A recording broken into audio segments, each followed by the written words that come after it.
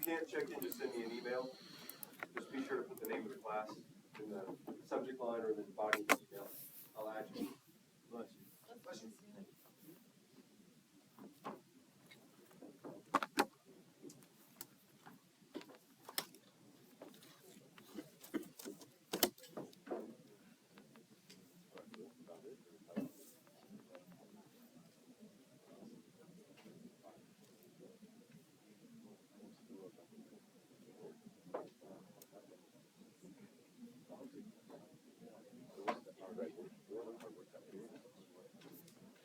All right, I'm going to do a very quick review of what we talked about last week to ensure that we have enough time to discuss the new stuff. Because that new stuff is going to be part of your quiz at 8 o'clock.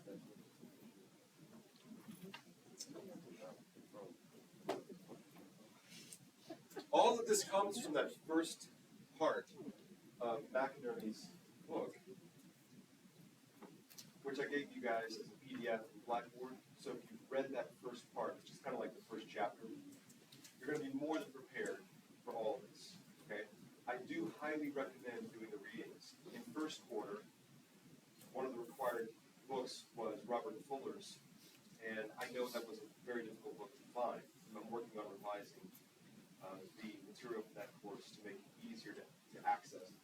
This class, though, I'm giving you all of the information. There's nothing you have to buy. It's all available to you. So please avail yourself of that. It can only help you when it comes time for these assessments. But we're talking about logic, okay? I think McInerney's book, Being Logical, The Guide to Good Thinking, is all about logic. Well, what is logic? Well, it's a science and an art. Chiropractic is a philosophy, science, and art as well. Logic is a science and an art. It's an art insofar as it requires a certain aesthetic skill in putting together arguments and bringing your ideas together coherently. There's a kind of style that we uniquely employ, each of us, in the building and crafting of our arguments. So it's artistic insofar as it reflects your own style, if that makes sense. But it's a science in that it follows specific rules. Logic is not sort of a random putting together of ideas, but it's putting the ideas together in a very methodical way. It's rule-based. And once you understand the rules of logic, everything sort of makes sense from there. We talked about our course objectives. I want to really stress the main thing here is success. I want you guys to succeed in practice. I want you to do well in national board. And I want you to be able to read, research, and more importantly, to assess. That means evaluate research in the chiropractic field. There is a whole corpus, that means body of literature within the philosophy of chiropractic. Some of the, one of the most preeminent journals in our profession is called the Journal of Chiropractic Humanities. That's where the philosophy research is presented. Oftentimes, this research is based upon logical arguments. If you don't understand how logic is structured, you'll have no way to evaluate critically whether the arguments presented in the journal hold up or not. Does this make sense? Otherwise, people can just say whatever they want, and everything that anyone says sounds as good as everything else. This is the danger inherent in social media. If you don't know how to logically assess the strength of an argument, then everybody's opinion sounds as good as everybody else's. Does this make sense? There's no way to sort through it and to figure out whose arguments are stronger or weaker. That's really the value of studying logic. I mentioned that this class really is over here on this left-hand side of the compass. This is having to do with templates, leading to the Greek idea of prosuke, an attention to the present moment, self-examination of impressions. Bless you. Oftentimes, we'll read something that sounds very interesting to us, whether in a good or a bad way, something provocative. We have to have a way of self-examining our own impressions, whatever feelings that arise within me in response to this thing that I've read or this thing that I've experienced. I have to be able to evaluate that against something more objective. That's one of the real inherent values, benefits of logic. Last quarter, we were talking about physics. problem, but also how do we know what's true about the world? The question last quarter was, what is health? And that really is a metaphysical question. Is health something that actually exists, or is it just an idea or a term that we attach to something abstract? In this class, we're talking about, how do we know? What counts as knowledge and how do we acquire it? That aspect of the course is called epistemology. Okay, so we're dealing with logic and epistemology. Okay? Logic is oftentimes overlooked in education today. I'm not really sure why. It's not even that hard. I don't think it's like, for instance, I just think back to my own time in primary and secondary education. We learned things like algebra 2 and trigonometry. We learned physics and calculus and mathematics. All of that, in my view, is way harder than logic. But logic is way more immediately applicable to my daily life. I've seen some posts on social media where people talk about how ridiculous it was that we learned things like, and this is true of me, I learned square dancing in PE class. I don't know if anybody else had to do this. Anybody else? Yeah. Amazing, right? Sure does come in handy in all those seasons when we get together and square dance. Wouldn't it have been nice to learn how to do my taxes or something? Like, would have been great. Or anything else, literally? Yeah, that's a good point. Logic is one of those things where it's kind of like learning how to do your taxes. Doing your taxes happens every year. Logic happens every day. Every day we are encountering arguments, we are encountering information. We have to have a way to be able to evaluate this, to know what's true and what's not true. What holds up under scrutiny and what doesn't. What kinds of things should we believe? What should we leave aside? What counts as knowledge and what just counts merely as opinion? So epistemology deals with the nature of knowledge. What does it mean to say you know something? What's the extent of our knowledge? How much can we actually know?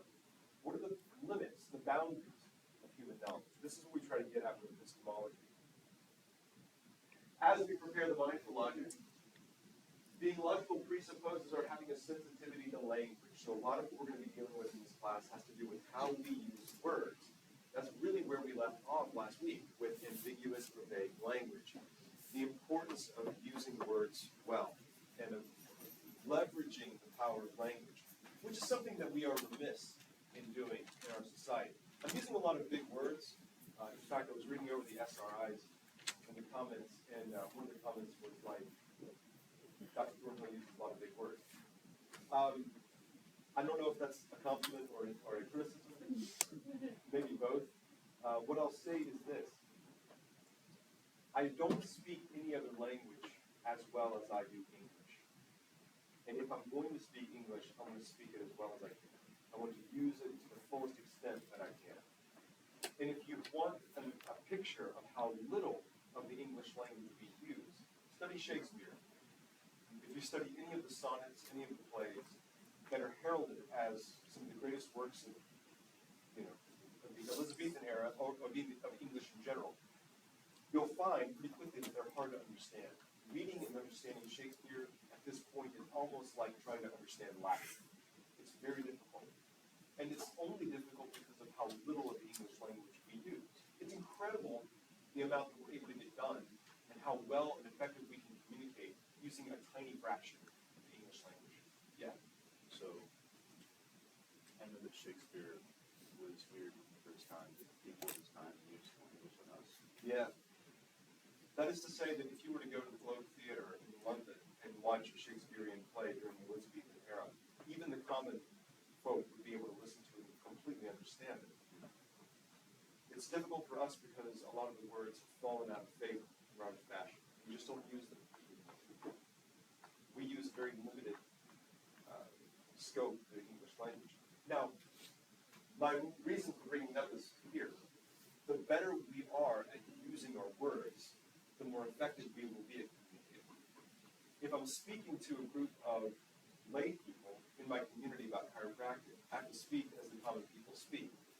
I don't want to try to confuse them with a lot of words that are unfamiliar to them. But when I'm speaking to a group of future doctors, part of what I'm trying to do is to expose you to the kind of professional language that you can expect to find in the journals. When you read articles pertaining to chiropractic, you're going to encounter similar language. So I'm trying to also expose you guys to these words to kind of bring you into the conversation, help you become more familiar, as well as giving you an opportunity to leverage language to your advantage. It also presupposes having a healthy respect for the firm factualness of the world in which we live. This is another critical point about McInerney. He is adopting a kind of naive realism. And this is an important point. We'll talk about it in just a second. But essentially what he's saying is that the world as we perceive it is the world as it is in itself. Seems like a really difficult idea. It's not. It simply means that if I'm looking at the floor right now, it seems like it's composed or it's overlaid with a carpet that's blue and has elements of yellowish green and gray. It's because that's actually the case. I'm not perceiving something in the matrix. The world is as it appears to me. That's what he's suggesting. And that's an actually controversial philosophical position. There are many philosophers who would argue that the world is not necessarily the way it appears to us. Okay. Well, McInerney's taking this approach not because it's easy, but because it allows us a kind of standard from which to build logical arguments. If we can't even agree that the world is how it appears to us, we have no hope in making logical arguments, at least according to him. Does that make sense? So McInerney is adopting a kind of realist view that says whatever you're experiencing in the world is true of the world. And insofar as your ideas coincide with the world, you will be able to argue logically, reasonably. But as your ideas begin to stray from reality, you will not be able to make what he calls cogent arguments. That means sensible arguments. Be attentive. Paying attention, like paying anything, has a cost. There's a cost to paying attention. That cost comes in our time and our energy. We give so much of our time and energy to so many things that often we just want to check out. I know that this is true of me. I can only really use I statements here, but I find myself at the end of the day somewhat exhausted, physically, emotionally, mentally, and I just want to check out. And I think that there's some value in this, at least for a time, but we can't obviously check out all the time. We have to live in the world. We have to be in the moment. We have to pay attention. And the more we're able to do that, the more we're able to reason effectively. To pay attention is telling. It reminds us that attention costs us something. Attention demands an active, energetic response to every situation, the persons, places, and things that make up the situation. It's impossible to be truly attentive and passive at the same time. Don't just look. See. That idea is going to carry over into diagnosis. It's important for logic, yeah? What is a diagnosis but a logical argument about the state of things? If you say the patient has discogenic sciatic radiculopathy, which is a disc herniation at L5S1, which is compressing the nerve root of L5, causing a sciatic radiculopathy.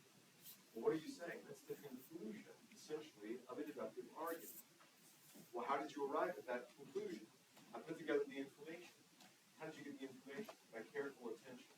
Case history and physical exam. Everything that we do diagnostically recapitulates the same way of thinking that we utilize with logic and epistemology. Does this make sense? The better you get at logic, the better you're going to get at diagnosis. Because the thought process is the same. Right? We got to get the facts straight, obviously. Okay, well, if it makes sense for me to get the facts straight, then what are facts? What are facts, according to McInerney? Well, they are objects, and they're also events. That's a slightly different way of thinking about facts than we're used to, some of us. But it's the case, for instance, that my keys in my pocket right now, as objects, represent facts about the world. The keys actually exist. This is what McInerney means by, or what I mean by McInerney's realism. If I feel that my keys appear in my hand, because that's the case, that's true, that's real, that's a fact. If I sense that I'm in this room with you, in this class, this event is occurring, that's a fact for McInerney. Undisputable. I mean, it can't be questioned. It cannot be brought into dispute. So, what are the two kinds of objective facts for McInerney? Things and events. The first type is obviously more basic because it can be brought into our experience directly. I can see and feel and hear my keys. Okay? When it comes to events, same is true for the event that I'm sharing with you right now. I can't see or experience this event from your perspective, only my own. So it's a bit secondary in that regard, right? We are all in this event together, but we're all experiencing it in a slightly different way. Does that make sense? And I can't get inside your head to know how it is for you experiencing it. But it gets even worse than that. There are other events happening simultaneously, concurrently to this one right now. There are other classes going on at 7 a.m. There are other universities right now that are open where students are having other classes. Those events are also occurring, but I'm not privy to those. The most that I could hope is to gain information about them and to establish some kind of fact about what's going on there. This one I can experience, yes. So the fact that you can experience this one, it means it's a fact, right? Yes. So the fact that so it's a fact that there are other classrooms going on right now. Correct. But it's not a fact because you're not seeing it. Well, let me sort of be very clear about what he means here. Events like the assassination of Abraham Lincoln, Right. is that something that I could ever experience? No. No. Is it a fact that it occurred? Yes. Okay. How do I establish that as a fact? Right. The most that I can hope to do is to gather evidence about it and construct for myself what is the case about it. Does that make sense? Like, what is the truth, big T truth? And the truth is something we're going to talk about at the end of this brief lecture, right? Different theories of truth. So that there are other classes happening right now at Life University is the case. Well, how do I establish that? I can get evidence about it, even if I can't be there. And I can put that evidence together and say, there's overwhelming evidence to support the claim that those events took place. Well, if that's the case, then it's a fact. So That's what McInerney is saying. an event cannot be a fact until you provide evidence for it. That's what McInerney is saying. Okay. Now, this is, again, kind of controversial, because there's some physicists and philosophers that say, if you can't experience it, it's not real. Right. I'm like, wait a minute, that's a whole different class. Yeah. I'm not going to talk about the quantum theory right now. And if you do, we'll never get to the quiz. So, just I have a question about quantum theory. well played. You get the sense of what McInerney's trying to do? Does that kind of make sense to you guys? Okay, so the two types of objective facts. Objects, physical things in the world, and then events. Even events that you can't directly experience are facts, so long as you can build the case, put together evidence, reconstruct for yourself whatever is true about that event. There are subjective facts. We deal with these a lot in healthcare. If a patient has low back pain, like the case I was just describing, the dysrhogenic sciatica, I can't get inside their head to know how it feels to be the patient. But it's very real to the patient. It's undeniable. They're in pain. Okay, they're not faking it. This is a real experience for them. But it's not something I have access to. I don't have access to it in the way that I do my keys. I can hold them and experience them directly. Even some events, if I was never able to see the assassination of Abraham Lincoln, I can at least get historical documents that reconstruct for me the nature of the event. And from that evidence, I can establish some fact about it, right? There's still something experiential there, but that's as close as I can get to a patient's low back pain. I can gather together information, like I did with the assassination of Abraham Lincoln, and I can say there's something that is the case about this event, even if I can't experience it directly. Does that make sense? So if we're willing to say that the assassination of Abraham Lincoln is a fact based on the evidence that we collect, we could say the same thing about a patient's subjective experience of low back pain, even if we can't feel it ourselves. Does this make sense? Okay. So objective and subjective facts, it gets a little bit weird, but I hope that you guys have a good feeling about this. To sum up, if a given fact is an actually existing thing to which we have access, then the surest way to establish its factualness is to put ourselves in its presence. We can do this with events that we experience directly or with objects that we come into contact with. But when it comes to subjective facts, we have to build a case. We have to get evidence. Okay? Subjective facts to the subject experiencing it are self-evident because you're the one actually there, living it. However, through such mechanisms of self-delusion or rationalization, a person can fail to get the facts straight, even about themselves. Can we be misled? Of course. Can we be delusional? Yeah, that can happen. Can we have false impressions? Of course. We have to be very careful about how we experience ourselves. Every idea in the mind is ultimately traceable to a thing or things that actually exist in the world that is independent of and apart from the mind.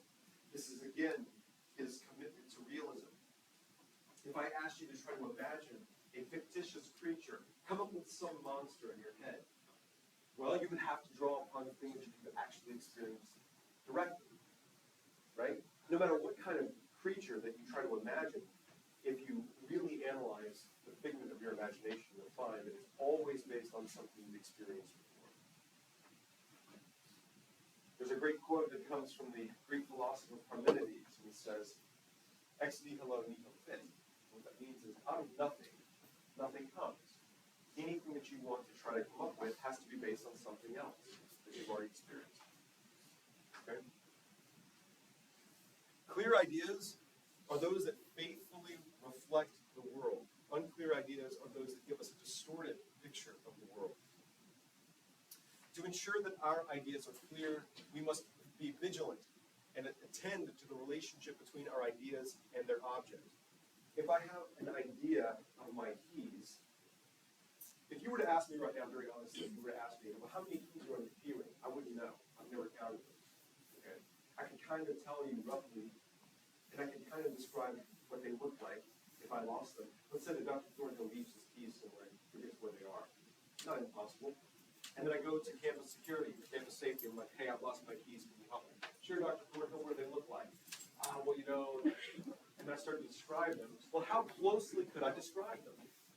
If you left your laptop somewhere and you were looking for it, and campus safety was asking, what does it look like? How clearly could you describe it? How closely do you attend to the facts about the world? This is what McInerney is saying. The closer your ideas come to reality, the clearer they are, the more accurate they are. That makes sense. But that also holds for every other idea that we have about the world. Consider that. That holds about every idea that we have about the world. It's wrong to suppose that because we know things in the world only through our ideas, that it's only our ideas which we really know. McInerney is saying that no, even though our ideas are the picture that we have of the world, it doesn't mean that the idea is all there is. There really is a world outside of your mind.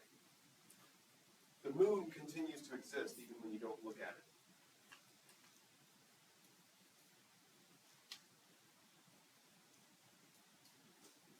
Be mindful of the origins of ideas. A conception is possible in the thinking subject, in us, only because of our encounter with the world.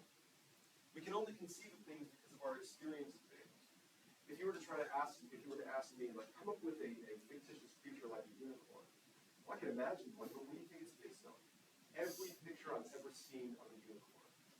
I'm not coming up with something completely original out of nothing. I'm drawing upon my prior experience. Our ideas are clear and our understanding is clear only to the extent that we keep constant tabs on the things to which they refer. Right? If I forget completely what my keys look like, that's on me. If I'm going to have a clear idea of them, I have to see them, remember them, understand them. But the same is true of my patients, of their conditions, of their physical exam findings. I have to attend to the facts about the world. The more we focus on our ideas in a way that systematically ignores their objective origin, the more unreliable they become. That means like this. Let me just bring it back to a patient. If I took a patient's history and did a brief physical exam, but I never examined the patient again after that, the further along we go in their care, the more apt I am to go astray. That means the more I can tell myself stories that are untrue about the patient's condition. The more I try to fill in the gaps of my ignorance with information that isn't accurate. What I have to do is constantly bring myself back, my experience back to the patient itself. What is the case about this person? Does that make sense? I have to attend to the reality of the world. One of I speak of establishing a fact, you don't refer to establishing the existence of an idea.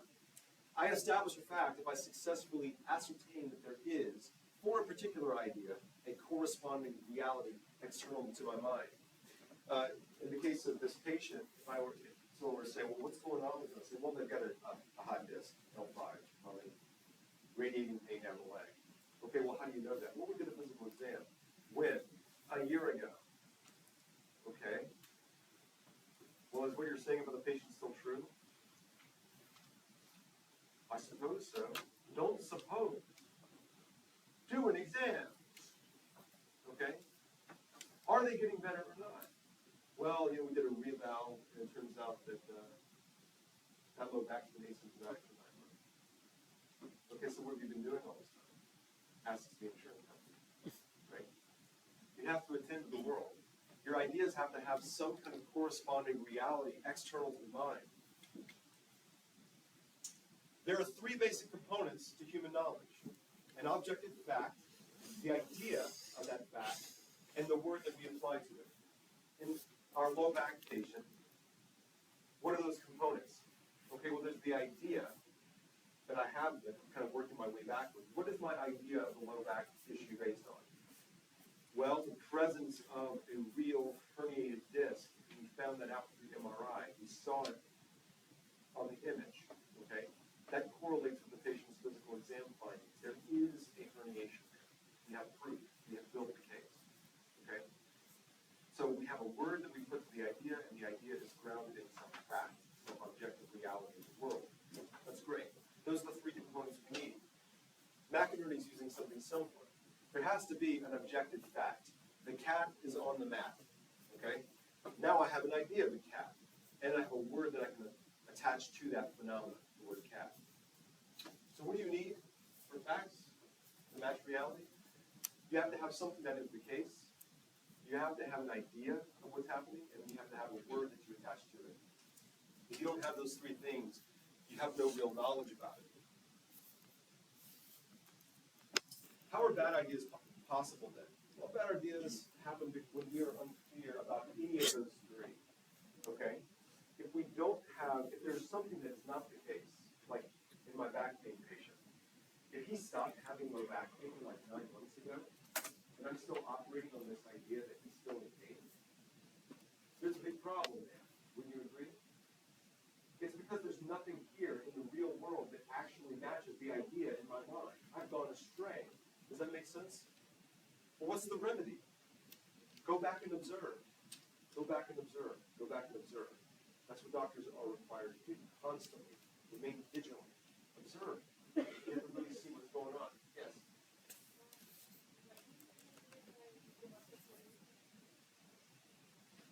Democracy is a difficult thing to ground in reality because it's not an object. It's not like my keys. I can't go to the Smithsonian Museum in Washington, D.C. and see an exhibit that is democracy. Here's democracy under glass, of which all democracies contain. It doesn't exist. It's an abstract idea that's in mind. So I can't go to it directly and have a real, direct experience of it. It's abstract, which is why we talked about the abstract and the concrete last quarter. In my low back pain case, the only objective facts that I have access to are things like objective physical exam findings, including what I see on an X-ray or an MRI.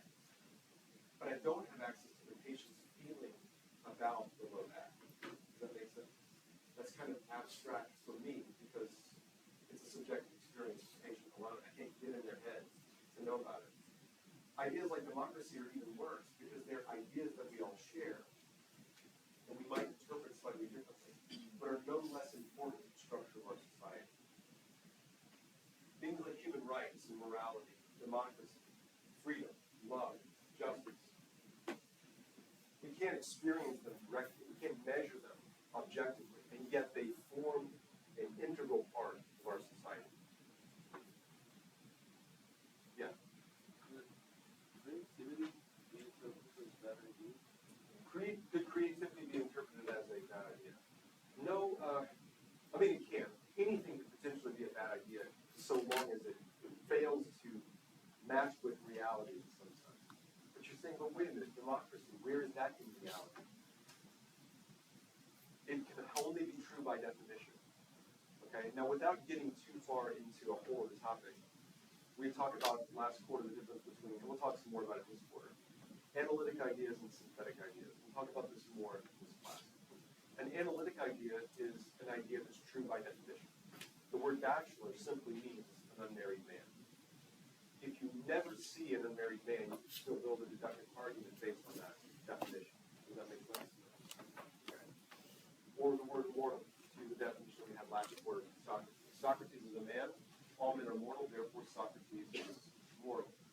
If I never were to meet Socrates, I can still come up with a true statement about it based on the definition of the word.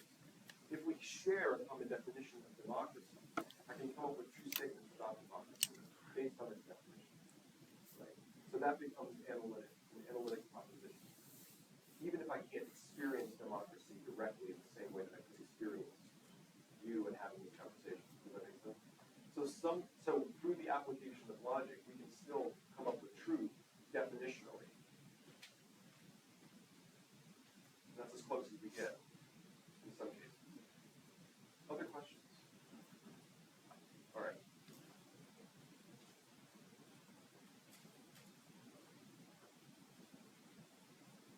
We have to match words to ideas.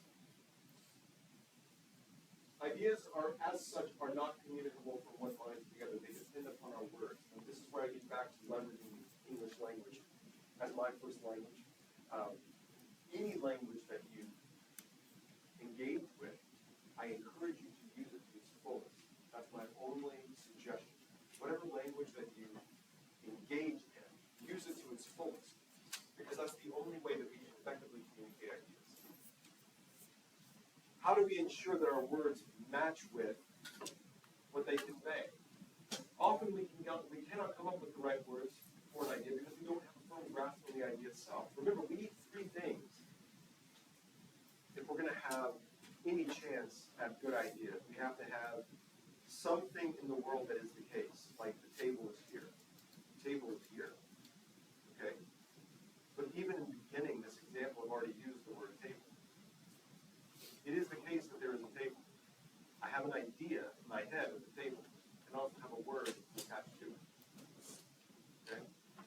That allows me the opportunity to convey the idea to you. If I don't have a good grasp of the idea, I can't put a word to it. If I have a good, firm grasp of the idea, but I don't have the right words, I'm stymied in my ability to communicate, my ability to share those ideas. Effective communication, then, uses both language and logic. They're bound up together. We have to match words to ideas. That's the most basic step. And it's the statement that logic starts with. We're going to talk about a major premise, minor premises that flow to a conclusion. Each of those are statements. And those statements have to be based on observable fact. Either observable, objective, or, like we said earlier about analytic, definitional statements. Words that mean certain things by definition, even if we can't experience them directly, like democracy. Okay? And we pick up where we left off. With effective communication, don't assume that your audience understands your meaning if you don't make it explicit. If you're going to use language to its fullest, be prepared for the reality that people won't understand what you're saying. You're going to have to try to explain yourself. You're going to have to do it in a way that is effective. Use a common language. Speak in complete sentences. Don't treat evaluative statements as if they were statements of objective fact. If you're evaluating something, if you're offering sort of an opinion about something or an assessment, your opinion, your assessment doesn't constitute a fact. Okay? Your judgment about things is only true. The only true thing you can say is, this is my judgment about the thing. But my judgment is not itself the truth. Does that make sense? Avoid double negatives and try to gear your language to the audience. If I were speaking to a group of lay people, obviously I'm going to use very common language. I'm not going to use a lot of esoteric words. I'm going to be very straightforward. The word vague in Latin, like the vagus nerve, means to wander. When your language begins to kind of wander all over the place, you lose people. They can't follow what you're trying to say. Be clear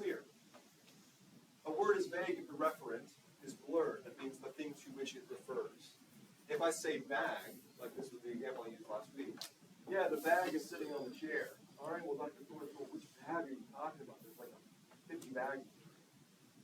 Be clear about what you mean. An ambiguous term is equivocal if the same word can be used to describe multiple things. Right? Equivocation is when you use a word in two different contexts. Now that can either be done deliberately to try to mislead someone. That's a sort of malicious use of equivocation. But it's often done by accident. People will use a word that has two different meanings, and they'll use it in two different ways, unintentionally. That's equivocation. Okay? Try not to do that.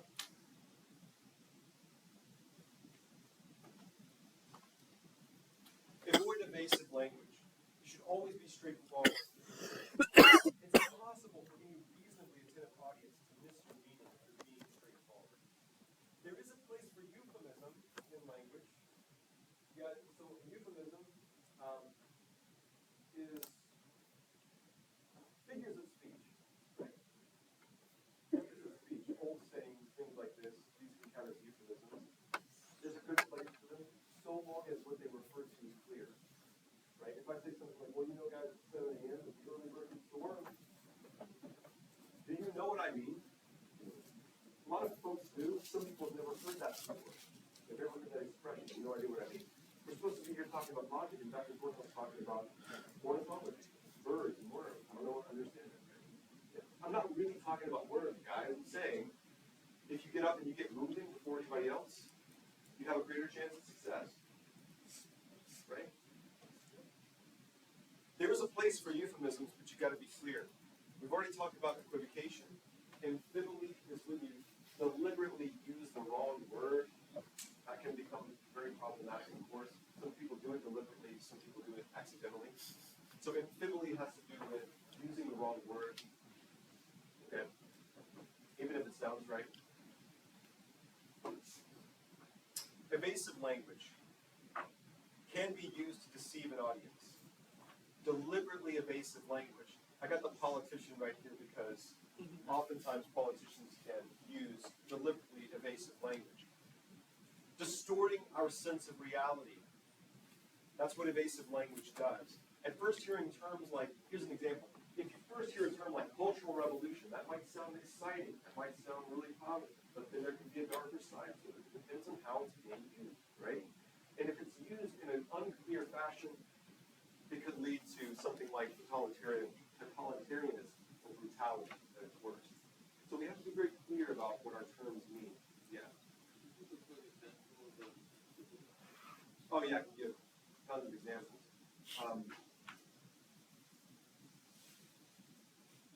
You're not going to need one for the quiz. Okay? So as I'm going to stand here looking like an idiot, trying to think of like an example. But definitionally speaking, it's when you use the wrong word on purpose, or even accidentally, right? And the sentence becomes nonsense if you end up using the wrong word, right? So that's an example. That's the definition of equivalent. Truth. Let's talk about these very briefly. Truth has two basic forms: ontological truth and logical truth. Of these two, ontological truth is the more basic. By ontological truth, we refer to the truth of being or existence. Something is said to be ontologically true if it actually exists and has real being. The opposite is non-existence. The keys in my pocket actually exist. They are ontologically true. Okay? This is ontologically true. The chair you're sitting on is ontologically true. Logical truth is the form of truth we are most directly concerned with as logicians. It's true because of this truth of statements. It is truth as it manifests in our thinking and language. Like I said before, analytical statement. Some definition of the word democracy is true based on the definition within my language. I can make true statements based on those definitions, even if I can't engage with it directly, like my keys. Does that make sense? I can't measure democracy in the way that I measure the weight of my keys. Does that make sense? But I can still come up with true statements about democracy based on the definition of the word. That would be logical truth. There's a great philosopher in the 20th century named Ludwig Wittgenstein. He's here.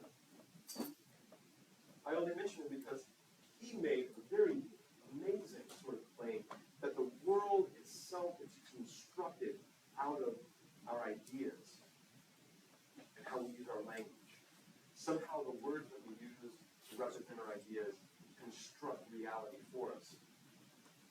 The powerful, powerful idea. Recall the definition of a statement given earlier.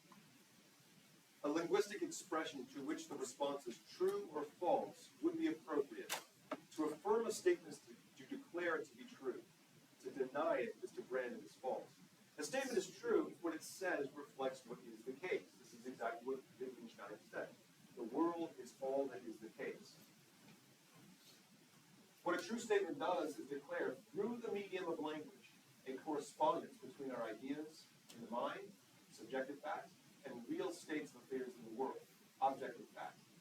My idea of keys is attached to the real metal objects in my pocket. Okay?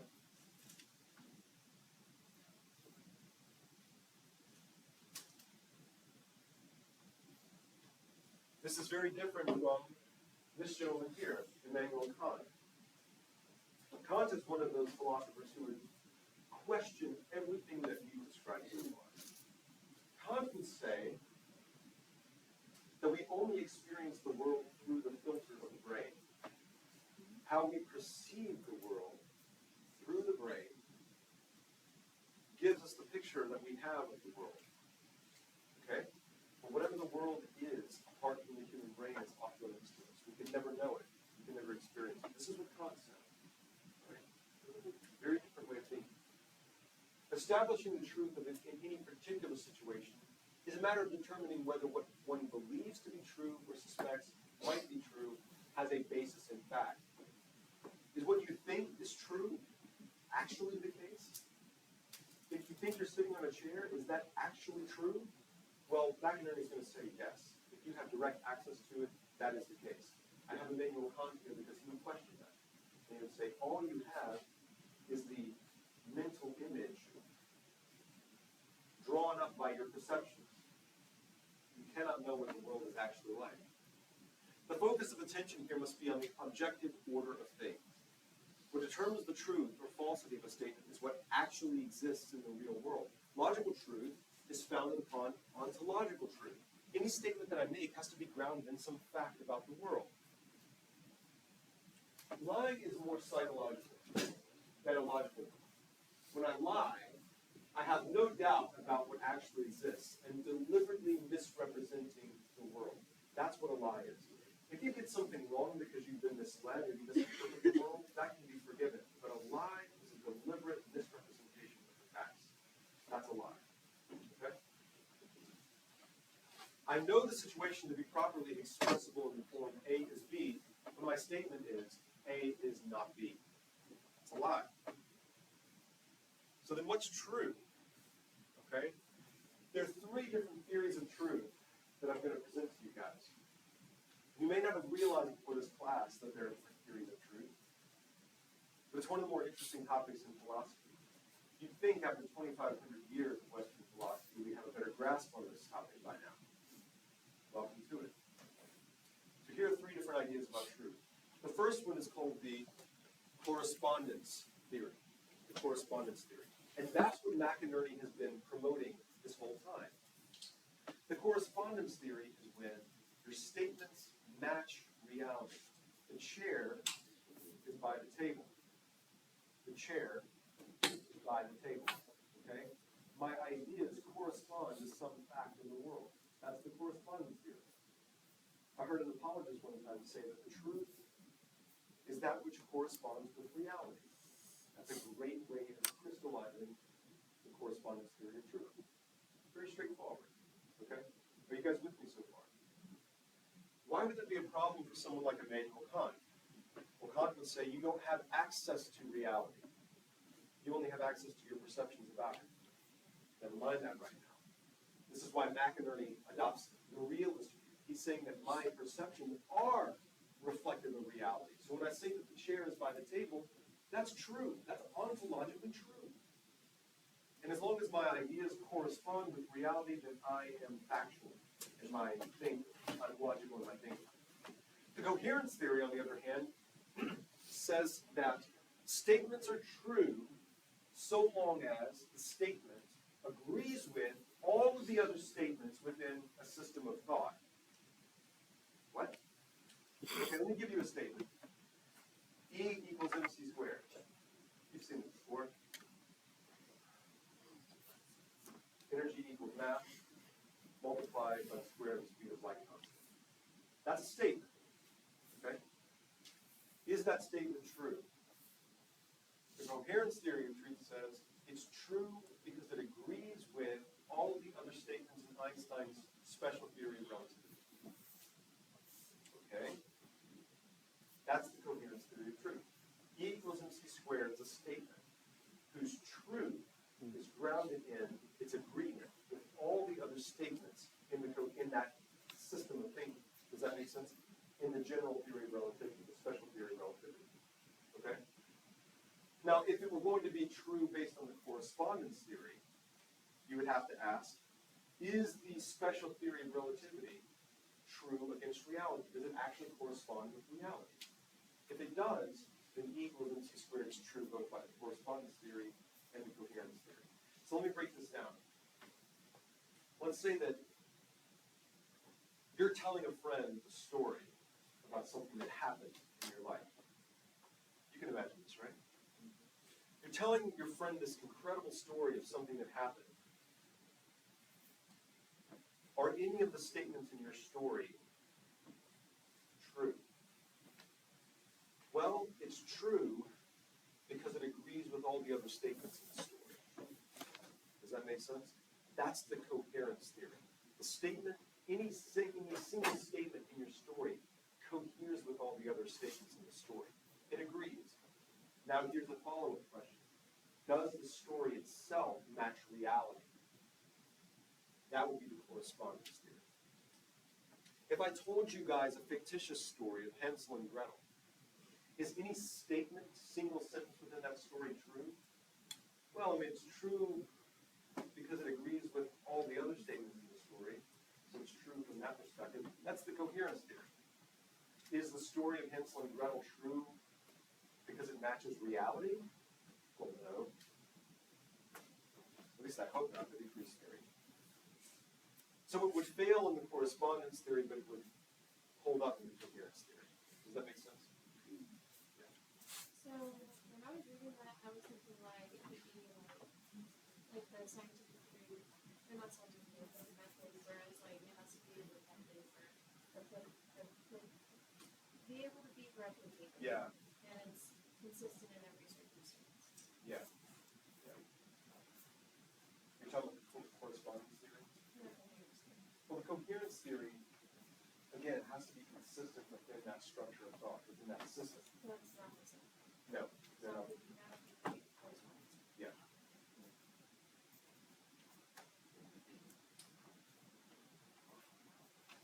The only other example would be the pragmatist theory of truth, and we'll talk about that a little bit more as we go. The pragmatist theory is essentially that, kind of like you said, does this have value to us? Does this hold up under scrutiny? Okay? So what you're describing is really closer to the pragmatist theory of truth. I'm not mentioning it here. We're going to talk about it more as we go. But that's really what the pragmatist theory says, is does it hold up under scrutiny? If yes, it has value to us, therefore it is true in that nature. But again, the correspondence theory is, does it match reality? Is that actually the case about the world? Okay. We should be aware that the coherence theory of truth can be seriously abused. Could it be the case that some sentence in your story about your friend is true because it agrees with all the other statements, but the whole story itself is a complete fabrication? It's a complete misrepresentation of the facts? Sure, the coherence theory of truth can be abused that way. Yeah, I mean, the statement works because it fits with all the other statements, but the whole story is false. That's the abuses of the coherence theory. How does this work in healthcare? Well, if you're telling yourself a story about a patient, like if you're not tending to the facts carefully, you could construct this whole narrative about the patient and their life and their complaint. And all of the statements in your narrative could agree with one another and be completely false about the patient. Does that make sense? You have to be careful not to abuse the coherence theory of truth. The pragmatist theory, like I said before, means that we've tested the idea over and over, and every time we test it, it holds up, and it has value to us. So it becomes truthful in that regard. The correspondence theory is a much stronger statement. The correspondence theory says, I have an idea about the chair, and the chair actually is here. My idea is corresponding to reality. The pragmatist theory says, we may not be clear about what is the case in the world, but so long as the idea holds up through the testing, so long as it has a value to us, then it's true. That's the pragmatist theory. We get this from people like Charles Sanders Peirce, William James. It has utility. It has value to us. That's the pragmatist theory. And with the sound of the horn, my friends, it is time for the quiz.